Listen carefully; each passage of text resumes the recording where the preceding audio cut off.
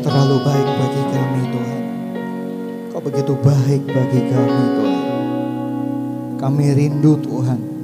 Kami rindu dengan curahan darah-Mu Tuhan. Engkau menyucikan, Engkau menebus, Engkau membuat hidup kami baru Tuhan. Terima kasih. Dalam nama Tuhan Yesus Kristus, kamu berdoa dan mengucap syukur. Haleluya. Amin. Pasca pertama kali, yaitu di zaman di mana Tuhan Yesus atau Mesias itu yang dijanjikan belum ada, belum datang. Pasca diperingatin sebagai sebuah peristiwa hari pembebasan dari keluarnya bangsa Israel dari tanah Mesir, tanah perbudakan. Itulah yang disebut dengan Pasca pertama. Pasca kedua yang kita peringatin sekarang ini, yaitu Pasca di zaman Tuhan Yesus sudah datang. Tuhan Yesus datang dan tebus dosa kita. Itulah Pasca yang kita peringati, yaitu peristiwa di mana kita mengingat kematian Kristus dan kebangkitan Kristus. Itulah yang disebut dengan Pasca yang kedua. Tetapi kita akan mengalami Pasca yang ketiga, yaitu di mana kita akan duduk bersama Kristus. Kedatangan Kristus yang kedua kalinya, kita akan duduk bersama-sama. Kita akan makan sehidangan dengan Dia dan kita akan memperingati Pasca yang terakhir dan yang tidak akan pernah kita peringatin lagi untuk selama-lamanya. Karena Pasca itu sudah ditutup dengan kedatangan Kristus dan kita, anak-anaknya, pahlawan-pahlawannya akan duduk semeja sehidangan dengan Tuhan. Nah, hari ini saya bercerita tentang Pasca yang kedua dan Pasca yang terakhir. Bagaimana sih? Apa maksudnya? Seringkali orang memperingatin Pasca hanya memperingatin kebangkitan Kristus. Tetapi mereka lupa bahwa akan ada kedatangan Kristus untuk kedua kalinya. Untuk menghakimi umat manusia. Untuk memisahkan kambing dengan domba. Untuk memisahkan lalang dan benih yang bagus, untuk memisahkan yang tanaman perusak dengan tanaman yang subur, dan itu pasti akan terjadi. Pasca yang kedua mempersiapkan, Tuhan sebenarnya sedang mempersiapkan generasi-generasi jawaban doa, generasi-generasi pahlawan yang sedang dipersiapkan di akhir zaman. Banyak orang yang bangga dengan jubah kependetaan. Banyak orang yang senang memakai kata pendeta. Walaupun saya sendiri, saya berusaha sembunyikan bahwa saya seorang pendeta. Bukan berarti gak bangga jadi pendeta. Tetapi buat apa? Banyak orang yang maju ke mimbar tetapi belum dibentuk. Karena kekayaannya dia bisa datang ke mimbar. Dia bisa maju ke mimbar. Dia dipercaya oleh banyak orang. Kalau di tempat ini tidak ada. Di tempat ini yang naik di mimbar orang-orang yang minimal mau dibentuk dan mau menangisi daging-dagingnya. Dia bukan harus orang yang sempurna. Sampai dunia kiamat baru kita akan disempurnakan. Amin. Tetapi dia mau dibentuk dan dibentuk dan dibentuk. Tetapi Tuhan sedang mempersiapkan kita untuk menghadapi Pasca yang terakhir. Pasca di mana Tuhan datang untuk kedua kalinya dan merayakan kemenangan. Kalau di kepercayaan lain, mereka juga menantikan korban yang terakhir. Mereka menantikan ada seorang imam yang diakui adalah Kristus Yesus untuk memimpin agama atau kepercayaan mereka, supaya mereka dipersatukan kembali. Tetapi di kepercayaan kami, dan itu yang terjadi, dan itu yang bakal terjadi, bahwa Tuhan akan datang kedua kalinya untuk memisahkan anak dengan ibunya, untuk memisahkan bapak dengan anaknya, untuk memisahkan suami dengan istrinya. Itu hari dinamakan hari yang besar akan segera tiba. Tetapi sebelum hari yang besar itu tiba, sebelum Paskah yang terakhir ini, Tuhan sedang mempersiapkan pahlawan-pahlawannya. Sebab tidak ada kemenangan tanpa peperangan, dan tidak ada peperangan tanpa prajurit. Dan tidak ada prajurit yang bisa menang kalau cuma sekedar prajurit. Tuhan rindu pahlawan-pahlawannya.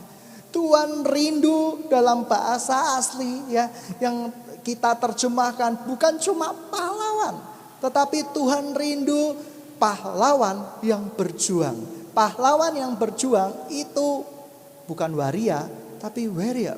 Warrior itu pejuang, bukan waria. Kalau waria itu ditangkap Satpol PP ngibrit sudahan gitu ya. Tetapi ini betul-betul pahlawan-pahlawan yang berjuang, bukan pahlawan-pahlawan yang hanya mendapat tanda jasa, tetapi pahlawan-pahlawan yang berjuang. Nah, sebelum kita membaca ayat-ayat tentang Paskah, mari kita flashback di dalam 2 Samuel 23. 2 Samuel 23. Saya percaya Anda pahlawan Allah. Tapi syarat pahlawan Allah seperti apa? Dan bagaimana saya bisa menjadi pahlawan yang menghadiri Paskah terakhir di akhir zaman? Mari kita baca bersama-sama. Perikopnya yaitu pahlawan-pahlawan Daud. Inilah nama para pahlawan yang mengelilingi Daud. Ishibaal, orang Hakamoni, kepala Triwira. Ia mengayunkan tombaknya melawan 800 orang tertikam mati dalam satu pertempuran. Saya nggak ngerti ya, mungkin dia belajar dari Wang Fei Hung. Wah gitu ya, tombak sakti dari utara. Tetapi ini serius, ini Alkitab, ini sejarah. Dengan satu tombaknya dia mengalahkan 800 orang di dalam satu pertempuran. 1 lawan 800. Ini mengerikan. Ini sangat mengerikan. Saudara, kalau saya ngelawan seluruh jemaat tiba-tiba kena roh brutal, roh gila, saya dipukulin, ya, dipukulin dengan pelan alias dipijitin gitu ya. Wah, dipukulin. Kira-kira mati nggak saya? Oh pasti mati. Wes tidak perlu ilmu-ilmu yang dulu pernah saya pelajari. Saya dulu bertobat dari taekwondo, saya bertobat dari kungfu, saya bertobat dari ilmu-ilmu bela diri. Saya menggunakan senapan pun percuma, pasti akan kalah. Tetapi ini 800 orang loh. Di dalam satu pertempuran. Bukan 800 orang di dalam 800 pertempuran. Ini gila. Dalam tanda kutip, ini keren, ini cool. Dengan tombak lagi. Dan tombaknya zaman dahulu saya nggak bisa berpikir. Saya cuma ketika membaca ayat ini, Tuhan apa seperti di kungfu zaman dahulu ya. Seperti Wang Fei Hung, dia naik di kepalanya orang dan serep mati semua. Apa seperti itu Tuhan? Saya nggak ngerti. Tetapi saya rasa dia punya kasih karunia Tuhan, diberikan kekuatan dari Tuhan untuk melakukan pertempuran. 800 orang mati di dalam satu pertempuran. Kita baca lagi. Dan sesudah dia, Eleazar anak Dodo. Nah, jangan mentertawakan nama pahlawan Allah. Ya Dodo gitu ya. Mungkin kita punya nama Mimi, Rere, Fafa. Nah, anak seorang Ahohi. Ia termasuk ketiga pahlawan itu. Ia ada bersama-sama dengan Daud ketika mereka mengolok-olok orang Filistin yang telah berkumpul di sana untuk berperang. Padahal orang-orang Israel telah mengundurkan diri. Kamu bayangin. Filistin menghadapi 3 pahlawan perkasa. Ini bukan Samkok ini. Tetapi 3 pahlawannya Daud gitu ya. Tetapi ia bangkit dan membunuh demikian banyaknya orang Filistin sampai tangannya lesu dan tinggal melekat pada pedangnya. Saya ketika membayangkan ini, Kok saya melihat filmnya Jackie Chan? Wah gitu ya.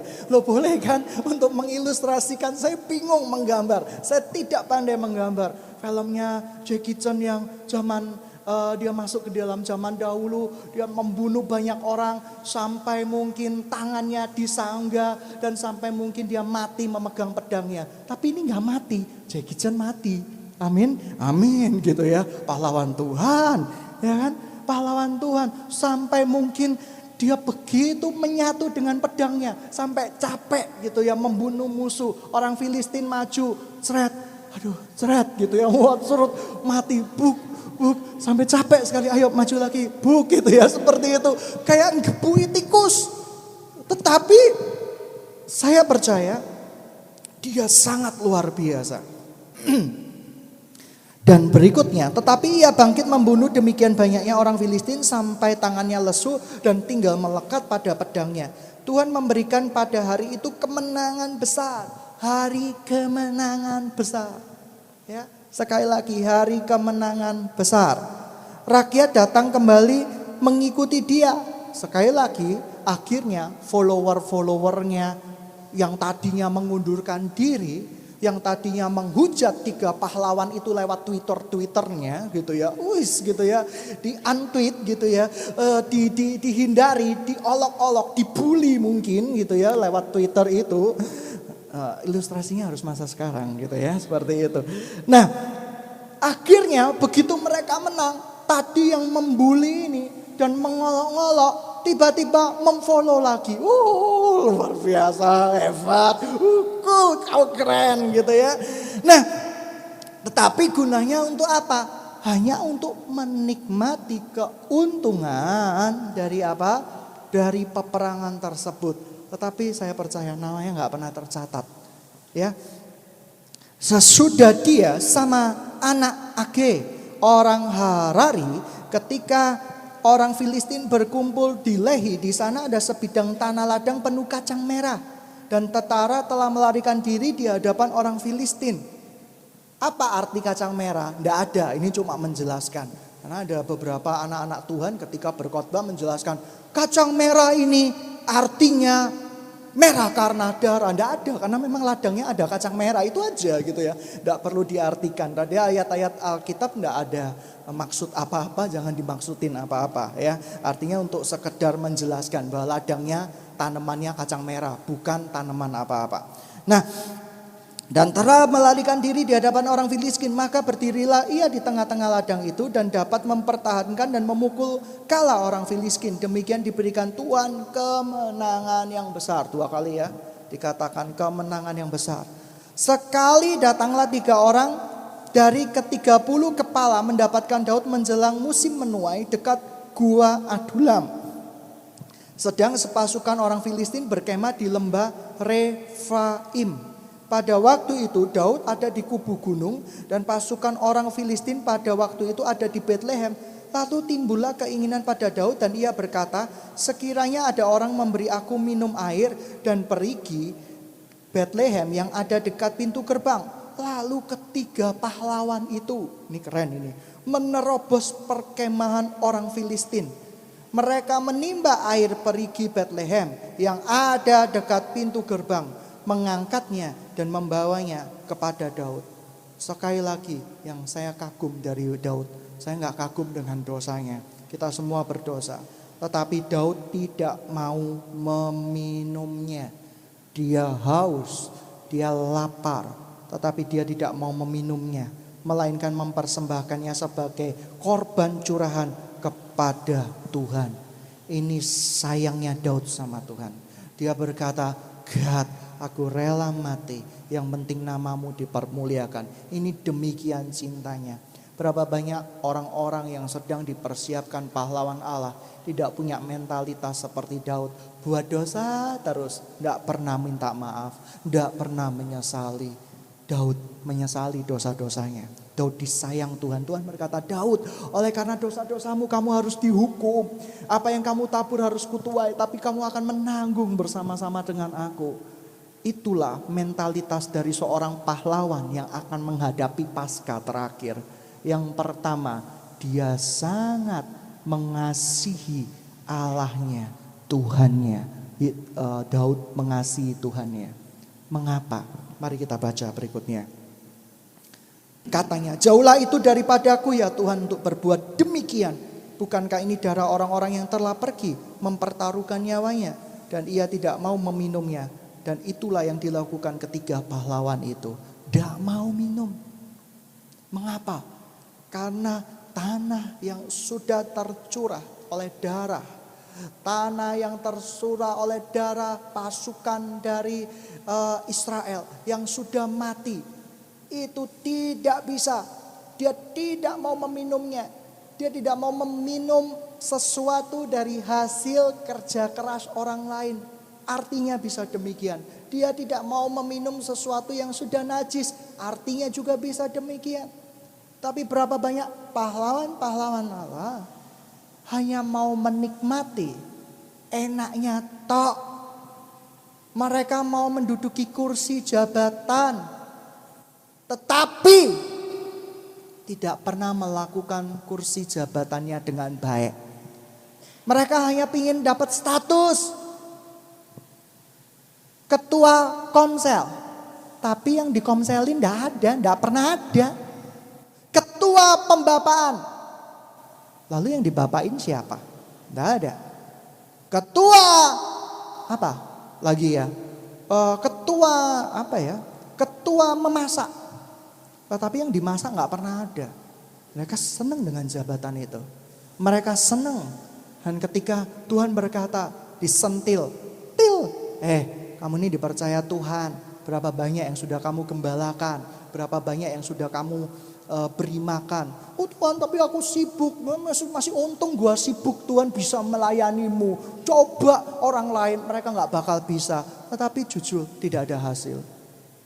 Dan Daud punya mentalitas, tidak ada hasil. Aku tidak berperang, aku gak usah menikmati. Berapa banyak pahlawan Tuhan yang punya mental murahan. Ngerti? Ketika ada yang di Twitter berhasil, ayo traktiran dong, ayo makan-makan di mana? Padahal nggak pernah jadi teman, bisa jadi teman, ya nggak? Padahal nggak pernah membantu kesuksesan. Ya aku loh yang bawa kamu dalam doa. Ya cuma amin aja, Tuhan aku berdoa untuk semua umat manusia, amin, selesai. Ya aku yang membantu kamu di dalam doa. Ini mengerikan. Banyak mental pahlawan Allah seperti itu. Ya, yang pertama, pahlawan Allah yang tidak mengasihi Tuhannya. Daud mengasihi Tuhannya. Yang kedua, pahlawan Allah yang akan dipilih punya integritas. Integritas itu berbicara, banyak orang yang sensi ketika berbicara disiplin. Saya nggak sensi.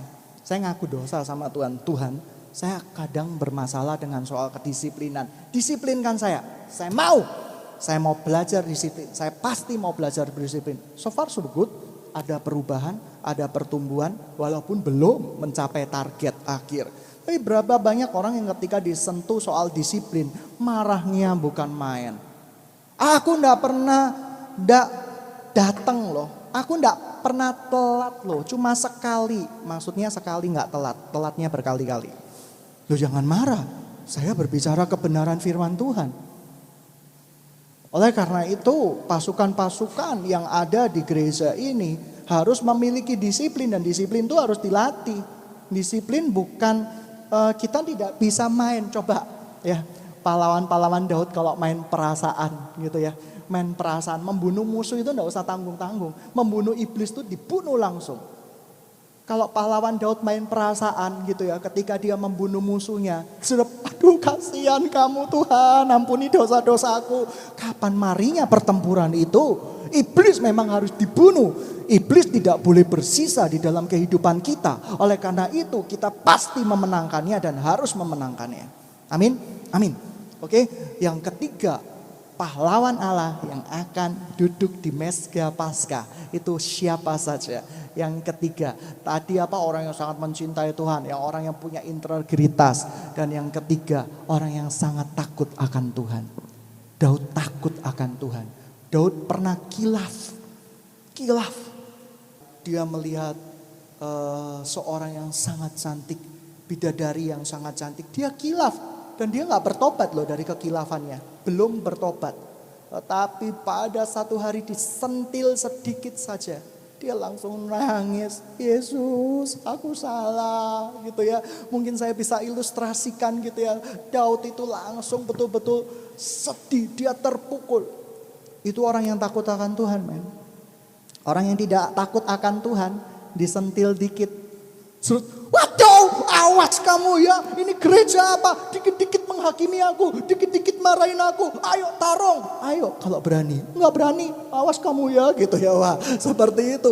Jadi banyak orang yang ternyata tidak mengalami roh takut akan Tuhan. Disentil malah, waduh, pokoknya membela diri, pembelaan demi pembelaan, pembenaran demi pembenaran. Tidak ada yang namanya, iya saya terima dan saya akan melakukannya. Saya berubah, saya akan melakukannya. Daud disentil dikit loh, langsung nangis. Dia tidak mau dan nangisnya itu luar biasa loh. Sampai anaknya meninggal, dia selesai dari perkabungannya. Itu Daud, Tuhan sangat mencintai dia.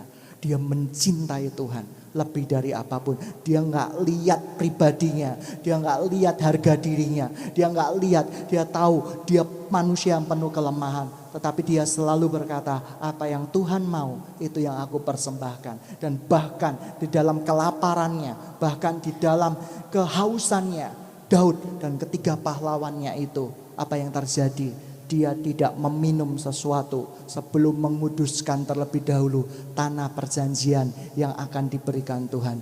Dia tidak akan menguduskan terlebih dahulu. Dia harus memberikan yang pertama kepada Tuhan. Sudahkah kamu menjadi pahlawan-pahlawan di akhir zaman yang memberikan pertama-tamanya untuk Tuhan? Kalau engkau sedang bekerja, sudahkah kamu tanya sama Tuhan, Tuhan apakah ini pekerjaan yang cocok bagiku? Kalau Tuhan mau, aku mau jalani dengan sukacita. Tuhan, kau lihat perempuan yang sangat cantik jelita itu, apakah dia untukku? Bukan Tuhan, tapi besok-besok bisa ya Tuhan ya. Oh enggak gitu, Daud enggak kayak gitu. Please deh Tuhan, sekali ini aja aku tawar Tuhan, aku tawar ya. Cincela Tuhan ya, cince. Aku ini sudah kering Tuhan. Kamu bayangin pacaran yang dulu sekitar 17 tahun yang lalu, yaitu ketika aku masih SD Tuhan gitu ya. Tuhan tolong kirimkan aku. Berapa banyak Daud enggak kayak gitu.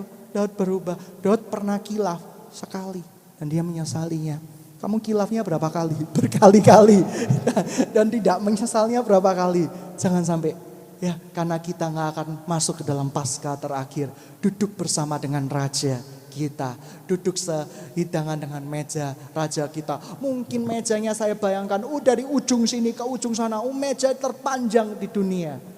Karena di situ Tuhan akan memimpin kita memasuki Paskah terakhir.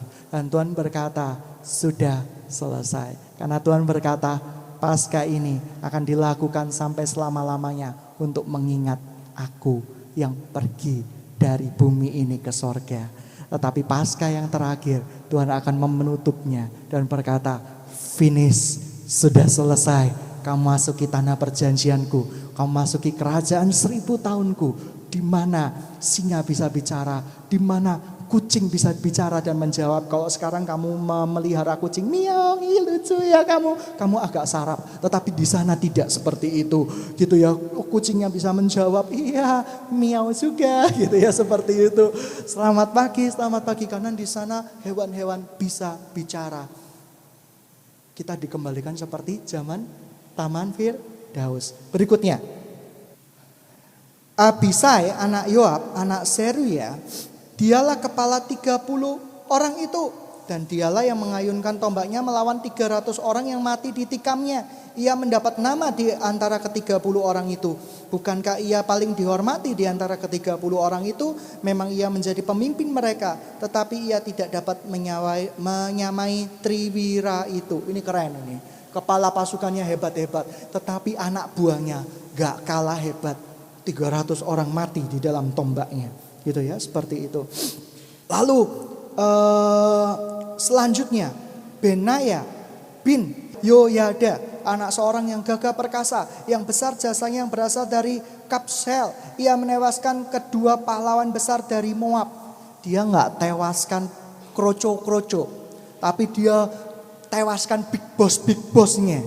Ya, dia tidak tewaskan kecoaknya, tetapi raja kecoak. Ya. Nah, ia juga pernah turun ke dalam lubang dan membunuh seekor singa pada 1 hari bersalju. Keren. Hari bersalju, tetapi bisa membunuh singa. Ya, padahal singa es, kalau kamu tahu, itu kejam. Dia buas pada waktu hari bersalju. Kenapa? Untuk mendinginkan badannya. Fitness makani manusia. Amin. Amin gitu ya. Aku harus fitness. Aku harus banyak makan daging. Supaya aliran darahku mengalir. Itulah nasihat dari dokter singa. Nah, seperti itu. Nah, ini serius walaupun saya kemas dalam bercanda ya. Seperti itu. Nah, ia pula membunuh seorang Mesir, seorang yang tinggi perawakannya. Di tangan orang Mesir itu ada tombak, tetapi ia mendatanginya dengan tongkat, merampas tombak itu dari tangan orang Mesir itu, lalu membunuh orang itu dengan tombaknya sendiri. Ini keren ini, bahwa cuma pakai tongkat. Ya kan, tongkat kayu kecil gitu ya, tombak gitu ya. Saya nggak tahu dia punya ilmu apa, ilmu menghentikan waktu. Pahlawan yang datang gagah perkasa besar tuh bawa tombak, langsung cuma ditotok saja, tuh diambil tombaknya ditunjukkan. Wah, seperti itu. Tidak ada kata totok, ini ilustrasi sayang ya. Jadi untuk mempermudah Anda, back to pastime ya, supaya imajinasi Anda itu enggak ada seru-serunya dikit dong. Masa baca Alkitab enggak ada seru-serunya, dan mereka berperang. Kamu bacanya dengan datar-datar aja, dan mereka berperang. Emangnya gue pikirin? Nah gitu loh, jangan sampai seperti itu. Ya, jadi kita harus tahu, kita harus masuk ke dalam sejarah itu, menggali sejarah itu supaya keren hasilnya. Nah, di antara ketiga 10 orang itu ia paling dihormati, tetapi ia tidak dapat menyamai Triwira. Dan Daud mengangkatnya, dia mengepalai pengawalnya. Kita tutup, kita lompat sekarang. Ya, kita lompat sekarang. Mari kita baca kebenaran firman Tuhan di dalam Yohanes. Yohanes 13. Yesus membasuh kaki murid-muridnya. Nanti dibaca di rumah ya. Nanti saya akan bacakan, ini ada hubungannya gitu ya. Yohanes 15. Perikopnya, dunia membenci Yesus dan murid-muridnya. Untuk menjadi murid Kristus, untuk menjadi pahlawan Allah, mungkin kamu akan dibenci. Tapi nyatakan kebenaran firman Tuhan walaupun kamu bakal dibenci. Ya, seperti itu. Lalu ada perikopnya lagi. Yohanes 15, duka cita yang mendahului kemenangan. Nanti dibaca di rumah, waktunya nggak cukup, seperti itu. Dan 17, doa Yesus untuk murid-muridnya. 18, Yesus ditangkap. Apa arti semuanya ini? Saudara, saya cuma mau kasih tahu. Yesus memberikan contoh pahlawan Allah yang berikutnya. Pahlawan Allah yang akan menikmati semeja dengan Tuhan adalah pahlawan Allah yang melayani. Yesus melayani dengan sungguh-sungguh. Dia basuh kaki para murid-muridnya. Saya percaya mungkin yang paling harum Yudas, atau yang paling tidak enak Yudas, karena ngirit, beli minyak wangi aja gak mau gitu ya, seperti itu. Mungkin juga Petrus, karena Petrus digambarkan oleh para ahli teolog itu badannya besar, berbulu, kuat, dan biasanya baunya juga kuat gitu ya, seperti itu. Nah, akhirnya Tuhan tanpa tendeng aling-aling, tanpa malu-malu dibasuh kakinya dengan lembut, dengan penuh kerendahan hati. Tuhan berkata, aku sudah melakukan ini untukmu. Ini tidak dikenal, ini tidak diliput televisi terkenal, ini tidak diliput oleh radio terkenal, tetapi Yesus sudah melakukannya buat kita. Apakah Anda mau melayani dan melayani lebih lagi? Tanpa orang lain lihat apa kedudukanmu, apa statusmu. Yang mendapat pengakuan, kamu lihat kamu. 3 pahlawan Daud mendapat pengakuan yang besar. Tapi kamu lihat anak buahnya gak kalah keren-keren. Hebat, dahsyat. Ngerebut tombak, jebret, langsung dibunuhkan. Membunuh singa pada waktu hari bersalju. Ini keren, ini luar biasa. Dan mereka gak harap pengakuan. mereka menghormati Kristus, mereka menghormati Tuhan. Dan terlebih Daud, kepala dari kepala pasukan itu, dia sangat mencintai Tuhan. Saya nggak bisa bayangin ya, pahlawan yang sudah capek pegang pedang gemeteran, dia masih mementingkan Daud pemimpinnya. Dan Daud masih mementingkan pemimpinnya lagi. Saya mau belajar seperti Daud. Artinya apa? Saya melihat roh yang luar biasa. Roh yang cinta akan Tuhan. Yang begitu sayang sama Tuhan. Sampai gara-gara Daud, kerajaan Salomo tetap dipertahankan. Ini luar biasa. Dan yang berikutnya, pasukan yang melayani. Seperti Yesus sudah kasih contoh sama Tika. Yang berikutnya, pasukan yang berani ngerti sebuah hukum. Tidak ada kemenangan tanpa duka cita. Tidak ada kemenangan tanpa pertempuran. Kita harus mengalami duka cita terlebih dahulu. Daging kita diproses sampai nangis-nangis. Kamu tahu, daging saya itu diprotes, saya itu orangnya dahulu punya roh tidak terimaan, ambisius gitu ya. Kalau merasa diperlakukan tidak adil tuh langsung ngomong, langsung teriak. Tapi hari-hari ini saya belajar memberkati. Karena saya percaya pembelaan itu hak dari Tuhan.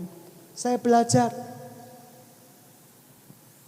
Rahasia berikutnya dari Kristus, pahlawan-pahlawan Allah, yaitu Yohanes 5:16. Perikopnya yaitu bertekun. Sudahkah Anda bertekun? Tidak ada kemenangan tanpa ketekunan. Kalau Anda sudah bisa melakukan ciri-ciri pahlawan Allah, selamat datang Kristus. Kita akan semeja bersama-sama dengan Dia. Dan kita akan bersama-sama Dia duduk di dalam semeja sehidangan dan berkata, ini Paskah yang terakhir, Paskah untuk mengalami kemenangan yang besar. Saudara, sidang jemaat yang dikasihi Tuhan, hari kemenangan besar itu pasti akan tiba di dalam kehidupan kita sebagai anak-anak Tuhan. Di tengah angkatan yang tegar tengkuk, di tengah angkatan yang lebih mementingkan materialisme, banyak sekali hari-hari ini saya sedih sekali bisnis dibungkus dengan firman Tuhan. Oleh karena itu BGI sampai sekarang belum saya launchingkan karena saya takut akan Tuhan. Saya rindu Tuhan jangan sampai ini bisnis benar-benar menyengsarakan, ujung-ujungnya duit. Tetapi ujung-ujungnya tetap harus Kristus yang ada di dalam sana. Tapi banyak bisnis yang dibungkus dengan firman Tuhan, tetapi dalamnya itu kotoran bau, kotoran busuk. Tetapi lebih baik bungkusnya kertas koran yang sudah lecu, tetapi dalamnya adalah emas yang berharga. Sidang jemaat yang dikasihi Tuhan, hari-hari ini Tuhan akan bawa pemisahan. Tidak heran di sorga nanti akan banyak penjahat-penjahatnya. Mantan-mantan penjahat, mantan-mantan penipu, mantan-mantan orang cabul, mantan-mantan orang pemfitnah, mantan-mantan orang ambisius. Tetapi di neraka akan banyak sekali mantan-mantan pendeta, mantan-mantan rohaniawan, mantan-mantan ketua Rikom, mantan-mantan wakil ketua Rikom, mantan-mantan pembimbing rohani, mantan. Statusnya baik, tapi hidupnya tidak pernah sungguh-sungguh di dalam Tuhan. Terima kasih Bapa. Yang terakhir, kita nyanyikan ini dengan lembut. Dan kita akan masuki perjamuan kudus. Sekarang tenang jiwaku, aman dalam tanganmu, keselamatan pujianku, Yesus Kristus pembebasku. Hosana.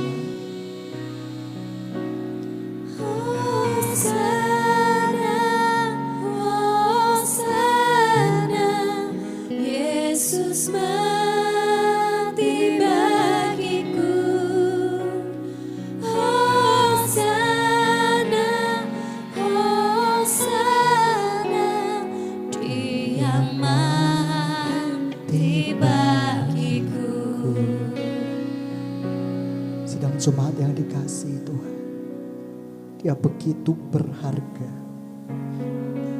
Buluh yang terkurai tidak akan dipatahkannya. Bahkan di dalam Yesaya dikatakan semaraknya pun tidak ada. Rupanya begitu mengerikan sehingga dia dapat diingat dan dikenali oleh orang. Dia mati buat Anda dan saya. Dia rindu Anda dan saya bersama-sama menikmati Paskah terakhir. Kali ini roti yang akan kita angkat, saya percaya kita semua akan bersama-sama dengan Sang Raja mengalami Paskah yang terakhir, hari kemenangan besar, hari di mana pembebasan tubuh kita menjadi tubuh rohani, menjadi tubuh ilahi, dan kita tidak akan mengalami sakit penyakit. Tapi engkau bersama dengan orang yang kau kasih, dengan orang-orang yang kau cintai, akan bersama-sama di dalam kerajaan yang sudah disediakan Tuhan bagi kita. Sebuah kerajaan yang tidak akan lekang oleh zaman. Sebuah kerajaan yang keabadian. Dia sudah mati bagi kita. Angkat roti di tangan kita. Bukankah roti yang terpecah ini adalah persekutuan dengan tubuh Kristus? Mari kita makan bersama-sama dalam nama Yesus.